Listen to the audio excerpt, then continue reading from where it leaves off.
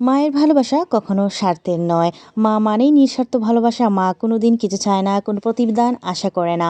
এই স্বার্থের পৃথিবীতেই যেখানে মানুষ প্রয়োজন ফুরালেই দূরে সরে যায়, সেখানেই মা সবসময় সন্তানের পাশে থাকেন ছায়ার মতো।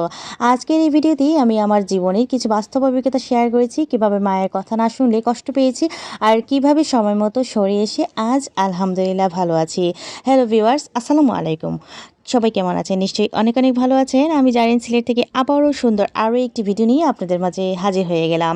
আজকে দেখাবো রোজার আগেই আমার মা আমি রোজা রেখেছিলাম, তো ইফতারি করিয়েছিলেন এবং কিছু মুহূর্ত শেয়ার করেছি। রোজার আগের একটা দাওয়াত থাকে, আর আমার হাজবেন্ড ছাড়া আমার আমার মা খুবই হয়ে যান। আমার হাজবেন্ডকে সব কিছুতে আমার মা খুব বেশি প্রতিশ্রুতি দিতেন।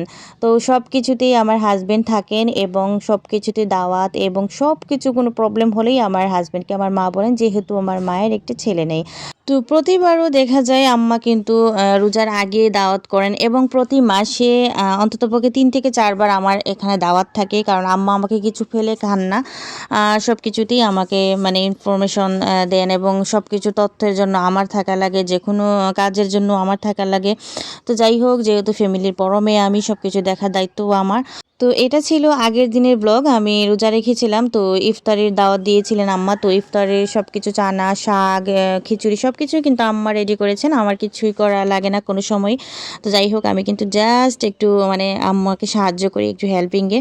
তো যাই হোক, এখানে আম্মা মাছ রান্না করতেছেন, তো আমিও ভিডিও করে নিয়েছি। আম্মা আমাকে প্রতি জিনিসে আমাকে খুব হেল্প করেন। আম্মা ছোটোবেলা থেকে আমার বন্ধু স্বরূপ, এখনও কিন্তু আম্মা আমার বন্ধুর মতোই। তো যাই হোক, মাছটা ভুনা করতেছেন, আর মাছটা খুব তাজা ছিল, সেজন্য অনেক সুন্দর একটা কালার এসেছে। আর এটা ছিল অনেক মজার একটা রেসিপি, খুবই ভালো লাগার, খুবই ভালোবাসার একটা রেসিপি। খুবই ভালো লাগে আম্মার হাতে এ ধরনের মাছ ভুনা। তো ধন্যবাদ কুচি দিয়ে দিয়েছেন। আমার মা প্রতিবার রোজার আগে আমাদের দাওয়াত করে খাওয়ান। বিয়ের পর থেকেই এই ভালোবাসার ধরা কখনো থামেনি। আমি ভাগ্যবান যে এখনও আমার মা বেঁচে আছেন এবং আমাকে আগলে রাখছেন। আমার বাবা আজ দুনিয়াতে নেই, কিন্তু তার শিক্ষা, তার সম্মান, তার ভালোবাসা আজও আমাকে মাথা উঁচু করে বাঁচতে শেখায়। মানুষ আজও বলে আমি অমুকের মেয়ে। এটাই আমার গর্ব। আমার হাজবেন্ডেরও আমার জীবনে বড় এক নিয়ামত। উনিও আমাকে সবসময় সাহস দেন, সম্মান দেন, ভালোবাসেন, বাবার মতোই আগলে রাখেন। এই দুইজন মানুষ, আমার বাবা ও আমার হাজবেন্ড, আমার জীবনের সবচেয়ে বড় একটি শক্তি। যাই হোক, কিছু কথা বলতে বলতে আম্মা এখানে দেখাই দিলাম। আম্মার বাসাটা এখনও কমপ্লিট হয়নি, কাজ এখনও চলতেছে। কারণ মাঝে আম্মা একটু অসুস্থ থাকায় কাজ বন্ধ ছিল। তো এই তো পরের দিনের ব্লগটা। আর পরের দিন কিন্তু আম্মা অনেক কিছু বাজার করে নিয়ে এসেছেন। এখানে লাল মুরগি এবং সব কিছু আছে। তো সব কিছু আম্মা ভিডিও মানে আমাকে ভিডিও করতে আম্মা কিন্তু সাহায্য করেন। আমাকে বলেন না যে আমি এই কাজ করি, ওই কাজ করি, এগুলো বলেন না। আম্মা বলেন যে তুমি ভিডিও করো, সমস্যা নেই। তো আমিও কিন্তু ভিডিওতে লেগে যাই আর এইরকম বসে বসে ভিডিও করি। আর আমি শুধু সালাডটা কেটেছি, যেহেতু আম্মা একেবারে সময় দিয়ে পারতেছেন না, তখন আমি সালাডটা কেটেছি। এদিকে আম্মা সব কিছু ধোয়ার কাজ করতেছেন। আর আজকে আমাদের পানিও নেই, সাপ্লাই থেকে পানি দেয় নাই। তো অনেক কষ্ট করে রান্নাবান্নার আয়োজন সব কিছু করেছেন। যাই হোক, আলহামদুলিল্লাহ এখানে কিন্তু আলু দিয়ে মাংসের যে হাড্ডি এগুলো দিয়ে রান্না করতেছেন। এখানে বেগুন ভাজা করবেন, তো বেগুনটা কেটে নিয়েছেন। এদিকে মাংস ভুনা করবেন, আর এদিকে সবজি ভাজিটা হয়ে গিয়েছে। আমি যাওয়ার পরে দেখি আম্মা কিন্তু অর্ধেক রান্নাই শেষ করে ফেলেছেন, পুরোপুরি কমপ্লিট। শুধু মাংস ভুনাটা, আলু তরকারিটা আমি যাওয়ার পরেই কিন্তু আম্মা রান্না করেছেন।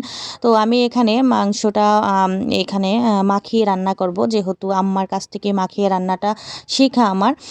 তো মুরগির মাংসটা আম্মা বলেছেন যে তুমি মাখিয়ে নাও, আমি এদিকে আলুটা তরকারিটা করে নিই। তো যাই হোক, এখানে আমি সবগুলো নিয়ে নিয়েছি আর মাংসগুলো, আর এখানে আমি সবগুলো আম্মা কিন্তু সাজিয়ে দিয়েছেন। আর আমি শুধু এখানে হাত দিয়ে শুধু মাখাবো এই মাংসটা, আর আম্মাই কিন্তু প্রপারলি রান্নাটা করে নেবেন। তো অনেকে আসলে আমাকে অনেক কষ্ট দিয়েছে। তো আম্মা আমাকে আগে বলতেন, মাগো তুমি মানুষ চিনো না, তোমাকে তারাই কষ্ট দেবে, তুমি যাদের তুমি খুব বেশি ভালোবাসো, তুমি এটা বিশ্বাস করো, দেখবা তুমি একদিন আমার কথা পাবা। হয়তো এই কথাগুলো তুমি পাবা, মনে মনে কষ্টও পাবা, হয়তো আমাকে বলতে চাইবে না, কিন্তু আজ আমি সব কিছুই মাকে বলেছি। মা, এই কথাগুলো ওই কথাগুলো আমি কষ্ট পেয়েছি। আমি মানুষকে অনেক ভালোবাসি, কিন্তু তার থেকে পুরোটাই সম্মান, ভালোবাসা কোনোটাই পাই না। আমি একটা মানুষের সাথে চলি, সেই মানুষটার কি লাগবে, কোন জিনিসটা প্রয়োজন আমি এগুলো খেয়াল রাখি সবসময়। কিন্তু আমার সাথে ওই মানুষটা চলে, কিন্তু আমি কি পছন্দ করি, আমার কি প্রয়োজন সেটা কিন্তু সে একবারও ভাবে না। তো যাই হোক, এই ভিডিওটা তাদের জন্য যারা আজ মায়ের কথা না শুনে, বাবার কথা না শুনে কষ্ট পেয়েছেন মানুষ দ্বারা, যারা মায়ের কথা অবহেলা করেছেন। বিশ্বাস করুন, মা বাবার দোয়া ছাড়া জীবনে শান্তি নাই। সবাই আমার মায়ের জন্য দোয়া করবেন, আমার মাকে আল্লাহ নেক হায়াত দিতে, এবং মা তার সন্তানের কখনো ক্ষতি চাইবে না। সে পাগল হোক, সে হোক, কিন্তু মা মাই হয়, মায়ের কোনো তুলনা হয় না। তো মায়ের কথাটা যদি আজকে শুনতাম তাহলে কিন্তু মানুষ চিনতে পারতাম না। এটা কিন্তু আবার আম্মা বলেন নিজের মুখ দিয়ে, যদি তুমি আমার কথা শুনতা তাহলে কিন্তু আজকে মানুষ চিনতে পারতা না। আসলেই বাস্তব একটা কথা, মায়ের কথাটা কিন্তু মানে ফেলার না।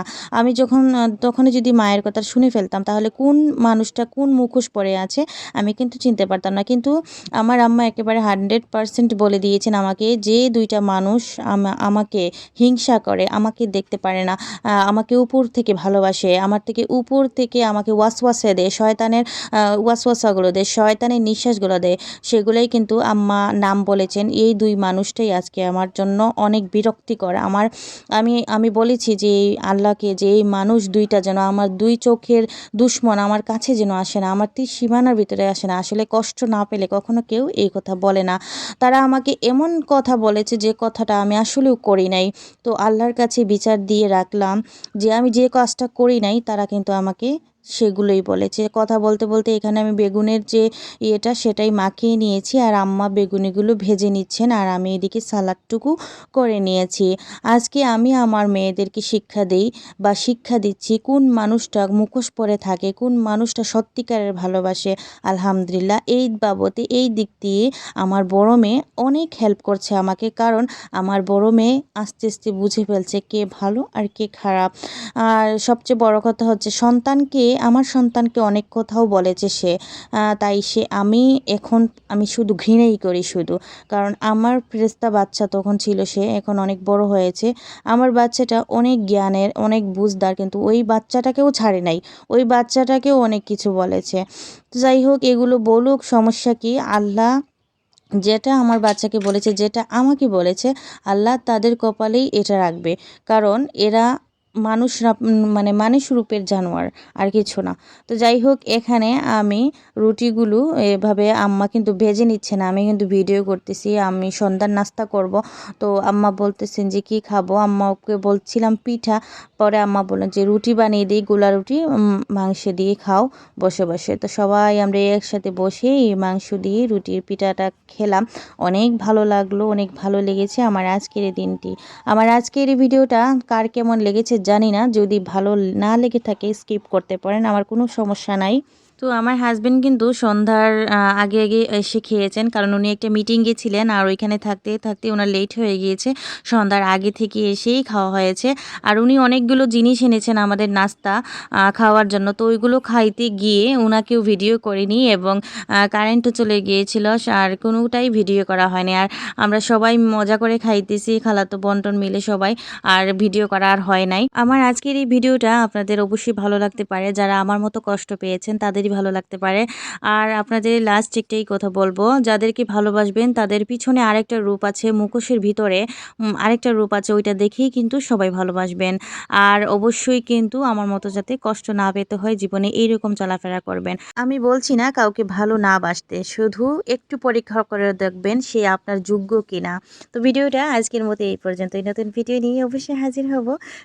সবাই ভালো থাকবেন, সুস্থ থাকবেন। থ্যাংকস ফর ওয়াচিং অ্যান্ড আসসালামু আলাইকুম।